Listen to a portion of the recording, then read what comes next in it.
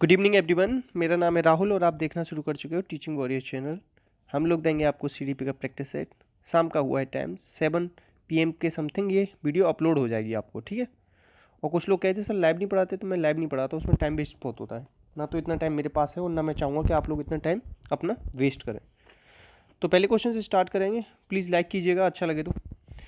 सीखने, एक second please, हाँ, सीखने का अध्ययन मनोविज्ञान के किस स्कूल के साथ जुड़ा हुआ है? तो देखो, मनोविश्लेषणवाद, ये तो सिगमंड फ्राइड है, इनके शिष्य थे युंग, और इन्होंने मनोविश्लेषणवाद के साथ ना और क्या दिया है, और मनोविश्लेषणवाद में इन्होंने इड, ईगो और सुपर ईगो दिया है, ठीक है, याद रखना ये। और मनोलैंगिकवाद और दिया है, जिसमें इन्होंने ओरल, एनल, फेलिक, लिटेंसी, जेनिटल, इस तरीके से बताएंगे। मानवतावाद मैस्लो का है, और इनकी एक परिभाषा है जिसमें कठोर शब्द आता है, कठोर शब्द आ जाए ना, लगाया है ना मैस्लो से, ठीक है। दो हो गए, इन दोनों से तो रिलेटेड है नहीं अधिगम, अध्ययन इनसे रिलेटेड नहीं। अध्ययन जो रिलेटेड है ना, वो व्यवहारवादी से रिलेटेड है। व्यवहारवादी किस चीज़ पे जोर देते हैं? अनुकरण पे। किस पे? अनुकरण। व्यवहारवादी में सबसे ज़्यादा जो नाम आता है ना, वो वाटसन, स्किनर, और फिर उसके बाद किसका आएगा आपके, थॉर्नडाइक, पावलव। इनका नाम याद रख लेना, ये चार याद रख लिए ना, पक्का अच्छा इंप्रूव कर जाओगे आप लोग। नेक्स्ट, तो देखो हिंदी में देखो, इंग्लिश वाले प्लीज़ आप लोग कोऑपरेट करना थोड़ा। यदि हम वांछित प्रक्रिया को हर बार मजबूत करते हैं तो यह होता है कि हम उपयोग क्या करें, मतलब कोई प्रतिक्रिया दी बच्चे ने और हम उसे हर बार मजबूत कर रहे हैं। कैसे? हर बार, तो हर बार कर रहे हैं तो इसे क्या कहेंगे? निरंतर सुदृढ़ीकरण। तो इसे पता है इंग्लिश में क्या कहते हैं? इंग्लिश में कहते हैं कॉन्टिन्यूअस रीइंफोर्समेंट। मतलब बच्चा अगर थोड़ा सा भी कुछ कर रहा है तो उसे कंटिन्यूअस रीइंफोर्समेंट दो। एक तो ये तरीका होता है, दो तरीके के होते हैं, एक तो कंटिन्यूअस होता है, दूसरा होता है मतलब थोड़े थोड़े टाइम पे देना। थोड़े थोड़े टाइम पे देने वाले को कहते हैं इंटरमिटेंट, या थोड़ा सा समझ लो थोड़ा सा। कंटिन्यूअस एक तो लगातार दे रहे हो, डेली दे रहे हो, और एक कभी कभी दे रहे हो। अगर आपका बर्थडे है, लगातार आएगा, आज आया, कल आया, परसों आया, तो मज़ा आएगा? नहीं आएगा। जो टाइम टाइम पे आती है ना चीज़ें, उसमें थोड़ा इंटरेस्ट आता है। तो रीइंफोर्समेंट जो देना चाहिए, जो सबसे अच्छा होता है, ये पूछा जाएगा कि कॉन्टिन्यूअस अच्छा होता है या इंटरमिटेंट होता है। तो इंटरमिटेंट या कुछ टाइम बाद जो दिया जाता है ना रीइंफोर्समेंट, वो ज़्यादा अच्छा होता है। मगर इसमें एवरी टाइम की कह रहा है, इसलिए आंसर आपका ए हो जाएगा। और ये किसने दिया है? ये स्किनर की थ्योरी से आया है। और स्किनर ने किस पे प्रयोग किया था? चूहे पे किया था, ठीक है। और किस पे किया था? कबूतर पे किया था। RS थ्योरी दी थी, RSS, रिस्पॉन्स स्टिमुलस स्किनर, ठीक है। Next, according to behaviouristic school, जो बिहेवियरिस्टिक स्कूल होते हैं वो कहते हैं dash plays no role in learning. देखो, एक होता है नेचर, एक होता है नर्चर। एक होता है नेचर और एक होता है नर्चर। ये होता है नेचर, क्या होता है? हेरिडिटी। और ये होता है एनवायरनमेंट। सॉरी, ऊपर नीचे लिख रहे हैं नेचर नर्चर, ठीक है, मैं दोबारा बताता हूँ। एक होता है नेचर, एक होता है नर्चर। नेचर होता है हेरिडिटी और ये होता है एनवायरनमेंट से। नर्चर क्या होता है? वो सुना होगा ना आपने, प्रकृति पोषण। प्रकृति और पोषण का विवाद सुना है कि मतलब सब कुछ हमें प्रकृति से मिलता है या हम आसपास से सीखते हैं।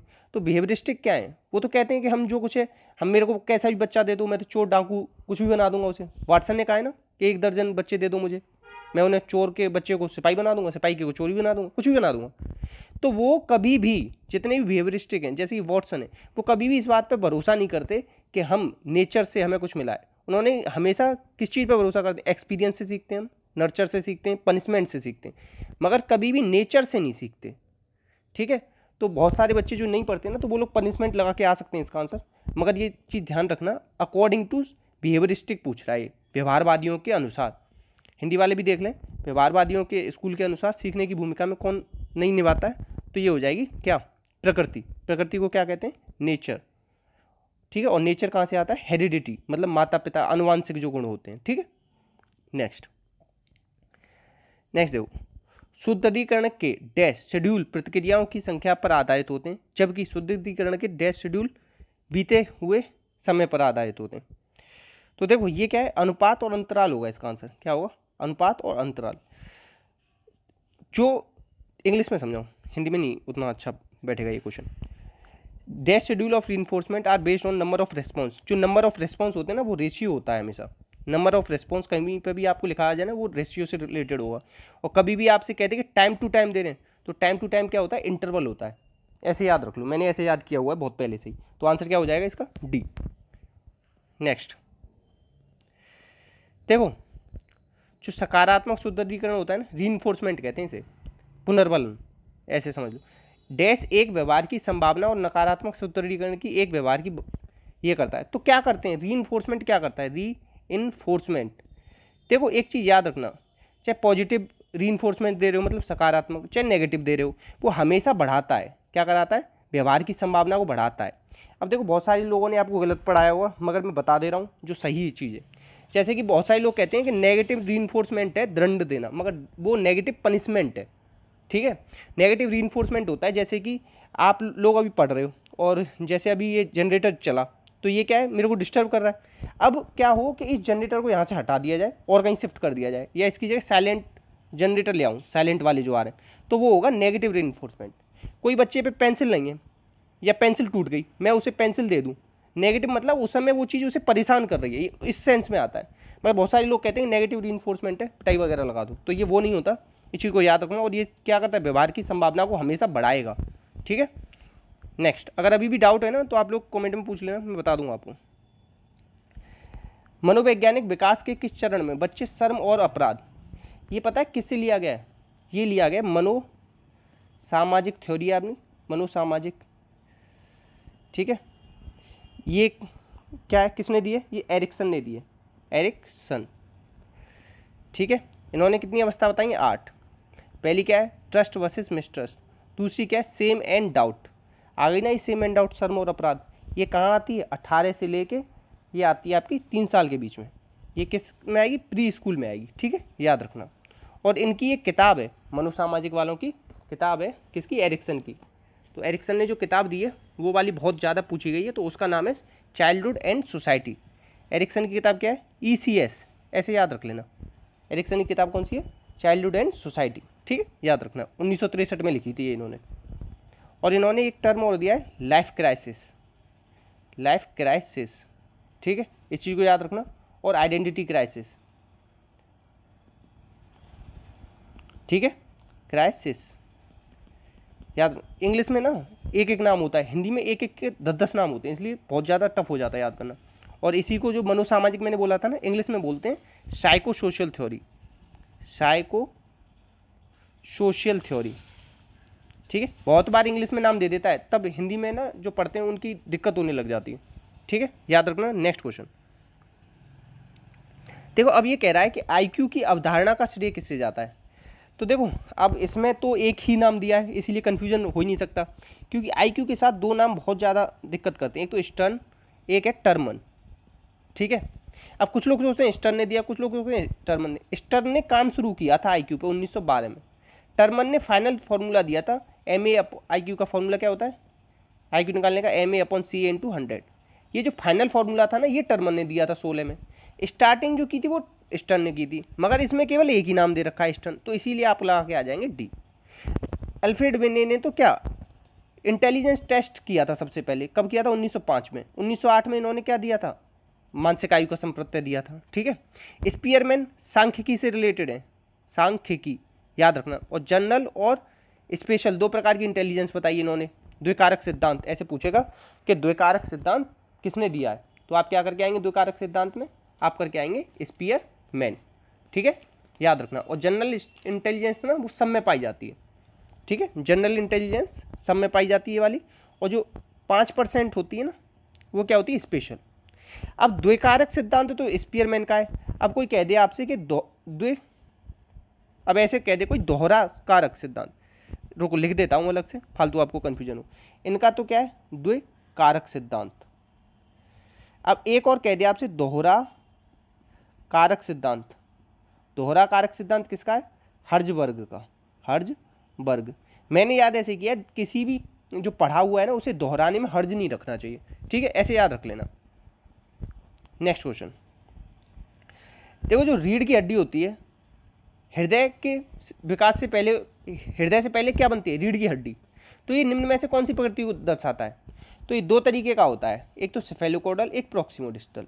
सेफेलोकॉडल में होता है सिर से पैर, सिर से पैर का विकास। प्रॉक्सिमोडिस्टल में होता है अंदर से बाहर, अंदर से बाहर।